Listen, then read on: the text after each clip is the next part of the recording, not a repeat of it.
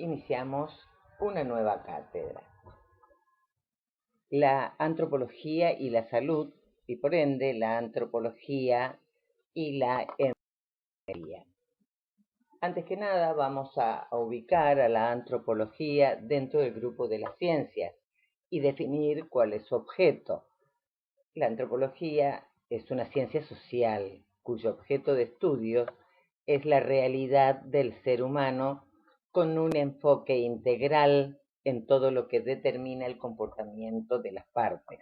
Es decir, le damos un enfoque holístico, teniendo en cuenta el contexto cultural y social de lo que estamos estudiando, el origen y el desarrollo como especie social, es decir, eh, la evolución a través del tiempo.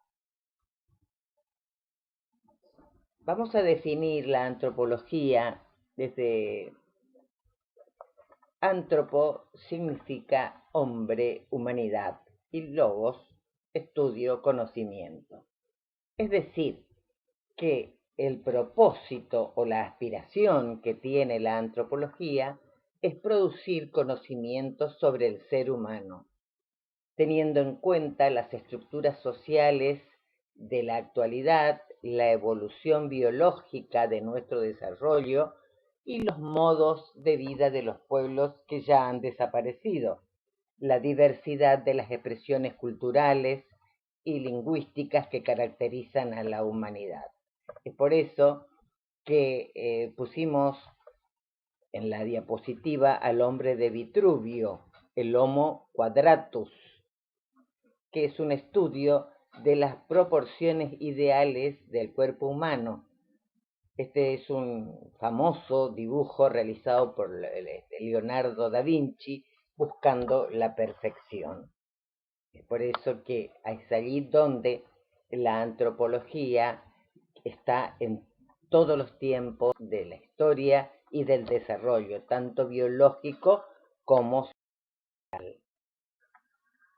La antropología de la salud es también analizada desde el contexto sociocultural en el tiempo y en el espacio.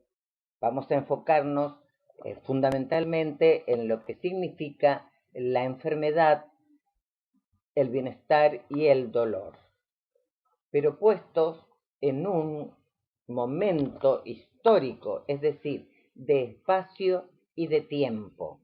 La enfermedad, qué relación o cómo es vista socialmente en ese momento histórico. Recordamos que antiguamente, particularmente en la Edad Media, veíamos a la enfermedad como un castigo. El bienestar también está relacionado con los momentos históricos, con la relación del espacio y el tiempo. Antes podría ser no tener enfermedad y poder seguir viviendo. Hoy cuando hablamos de bienestar, hablamos de agua potable, hablamos de la vivienda digna, hablamos de la energía eléctrica, es decir, aquello que nos permite tener una vida saludable. Y en cuanto al dolor también, siempre está vinculado al momento histórico que estamos viviendo, porque ese dolor puede ser físico, psíquico o social. Dolor físico del soma, psíquico, por supuesto, relacionado con alguna enfermedad mental, y lo social, aquello que actúa como noxa y no se enferma, por ejemplo, la desocupación. O sea que la antropología social y cultural estudia los sistemas sanitarios, los sistemas médicos y las dimensiones culturales que tiene una determinada enfermedad. Y es aquí donde aparece la enfermería. Si tenemos en cuenta a Virginia Henderson, que definió que la función de la enfermería es atender al individuo en la ejecución de aquellas actividades que contribuyen a su salud o recuperación o una muerte tranquila, para brindarles voluntades o conocimientos necesarios de tal forma que le ayude a ganar su independencia lo antes posible. Por lo tanto, enfermería no deja de ser una disciplina dualista, es decir, que como ciencia de la salud, que también se ocupa de lo humano, lo holístico, lo probabilístico, en definitiva de lo cultural, podemos decir entonces que es dualista, o sea que la enfermería se ocupa también no de la evolución, sino de cuidar al ser humano para que llegue a feliz término y viva socialmente. Entonces la antropología tiene mucho que ver al insertar en ese espacio y en ese tiempo histórico, cultural, al individuo. La enfermedad es un fenómeno sociocultural más antiguo de la humanidad, en su aspecto biológico.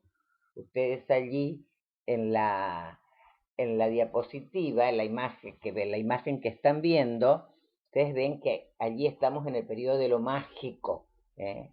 Una persona que está poseída por alguien, por algo que no tiene explicación, y alguien tratando de extraer eso que le produce esa dolencia. Quiere decir que cada cultura trata de interpretar al sistema sanitario como una forma de organización siempre y en todos los casos, pero también desde ese contexto, ese espacio histórico y cultural, y cómo reacciona la sociedad ante esa enfermedad. Por eso, la cuestión antropológica es universal en el espacio y tiempo que afecta al ser humano y a su medio porque lo priva del bienestar y también lo puede llevar del desarrollo unilineal, es precisamente la evolución humana, como ustedes ven en la imagen que tiene esta diapositiva. Pasa por diferentes estadios y cada uno representa siempre un nivel superior a su precedente. Por lo tanto, la evolución humana es unilineal, en el sentido de que todas las culturas recorren una misma línea de evolución que va desde el salvajismo hasta la civilización. Es por ello que vemos este cuadro donde se divide en salvajismo, barbarie y civilización. Esta teoría lleva implícita la idea de progreso, lo cual asemeja cambio social con desarrollo. El cambio social indica las continuas modificaciones que tienen lugar en el espacio social, mientras que el concepto de progreso se ubica en el ámbito ideológico, ya que expresa un determinado ideal, concretamente aquel que afirma cómo debe de ser y cómo debe producir ese desarrollo. La idea ilustrada sobre la evolución surgió a partir del siglo XIX en las ciencias sociales. El primer teórico social sobre la evolución fue el naturalista, filósofo y sociólogo Herbert Spencer. El mismo estudió la creación del concepto del darwinismo social, que consiste en rescatar los descubrimientos realizados por Charles Darwin en el ámbito de la biología y aplicados a la teoría social y cultural. Como resultado de la conexión encontrada entre las ciencias sociales y naturales, surgió la analogía orgánica que consiste en explicar la sociedad como si se tratara de un cuerpo humano. Los dos antropólogos más representativos de la interpretación evolucionista sobre la cultura fueron Lewis Henry Morgan y Edward Burnett Taylor. Como resultado del trabajo de campo y la aplicación del método comparativo, Morgan elaboró la teoría antropológica evolucionista sobre la cultura. La teoría biológica de Darwin tuvo especial influencia sobre sí misma. Esto lo observamos muy fácilmente en este esquema que les pongo en la diapositiva sobre el desarrollo histórico de las culturas, a la cual se basa en 7 estadios o fases evolutivas. Entonces, podemos decir que en esta fase evolutiva primero el salvajismo, con un estadio bajo, es decir, recolectores, recolección de frutos del bosque. El segundo, el medio, aparece la pesca, también el empleo del fuego y el origen de la lengua. Y por último, el superior, que es la utilización del arco y la flecha. En el segundo escalón, como estadio 4, tenemos la invención de la cerámica, es decir, hay una evolución, se comienza a trabajar manualmente. En un estadio quinto o medio aparece el cuidado de las plantas y los animales, como viendo que también puede aparecer el consumismo por la necesidad de evolucionar y de comer. El regadío, la horticultura, las construcciones de adobe y de piedra, es decir, empezar a protegerse del contexto, del entorno ambiental. Sexto o superior es la utilización de armas y ya aparece el empleo de las herramientas de metal. Y el último estadio, o sea, el estadio séptimo, la civilización, con la invención de la escritura y el alfabeto.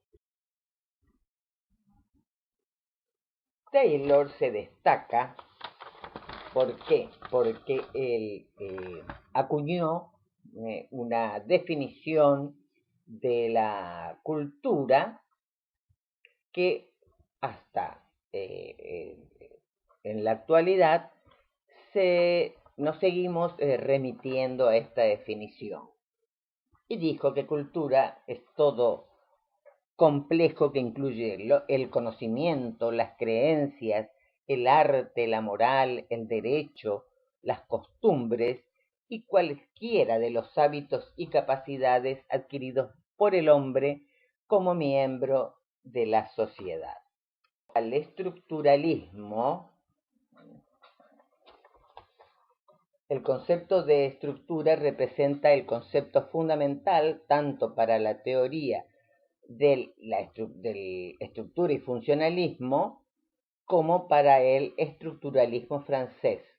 Sin embargo, ambas parten de una interpretación ligeramente diferente sobre el concepto.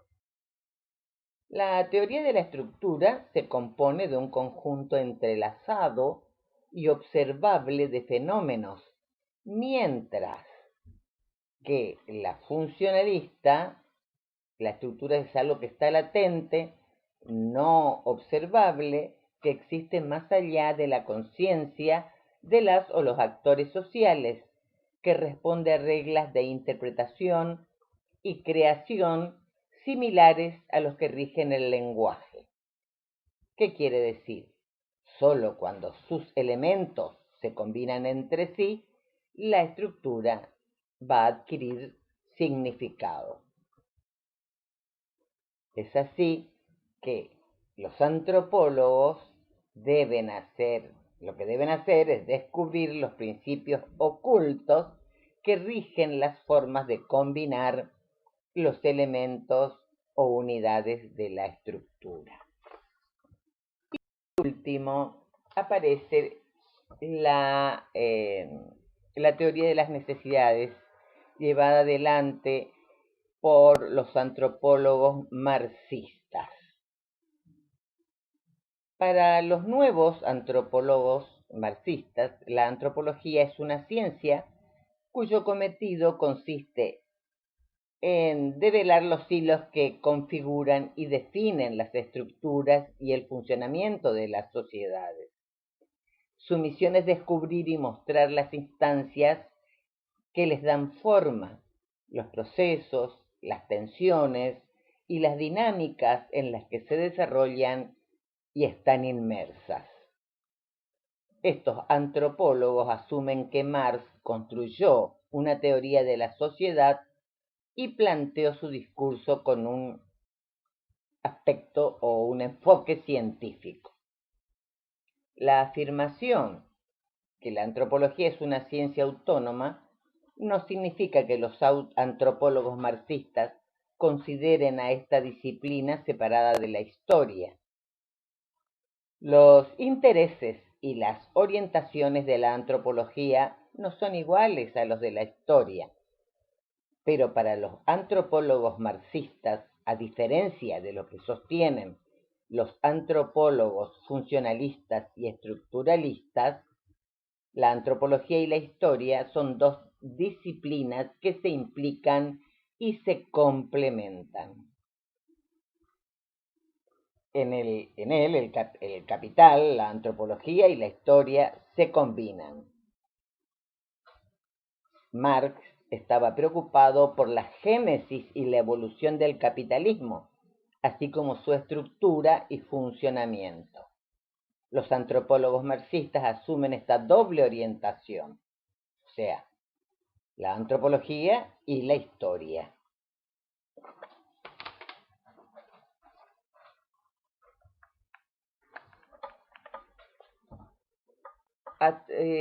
La teoría de las necesidades entonces, que es una teoría publicada en 1944, y se decía que en contacto estaba con el medio todos los seres vivos y que todos los seres vivos tenemos necesidades que las tenemos que satisfacer. Todos nosotros, porque estudiamos en primer año, tenemos perfectamente idea de lo que significa la teoría de las necesidades básicas de Maslow, ¿cierto? O sea que en la medida que se asciende en esta pirámide, vamos, por eso se llaman necesidades básicas, si las necesidades de agua, de comer, y luego, o sea, son las necesidades básicas, que sin ellas, de respirar, ¿cierto? Que son las necesidades que tenemos que sí o sí satisfacerlas. Y así ascendemos hasta llegar a la etapa de la autorrealización. Surge también aquí el concepto de institución que tienen las sociedades, pues, con un conjunto de pautas de conductas organizadas en torno a un principio integrador.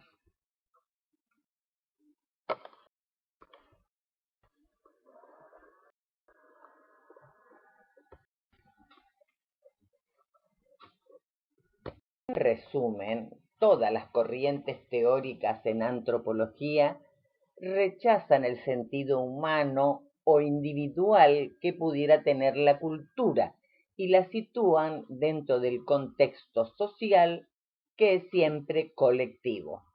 En definitiva, la cultura es el objeto de estudio de todas las corrientes antropológicas y esta es una característica exclusivamente humana que deriva de la razón y de la vida colectiva.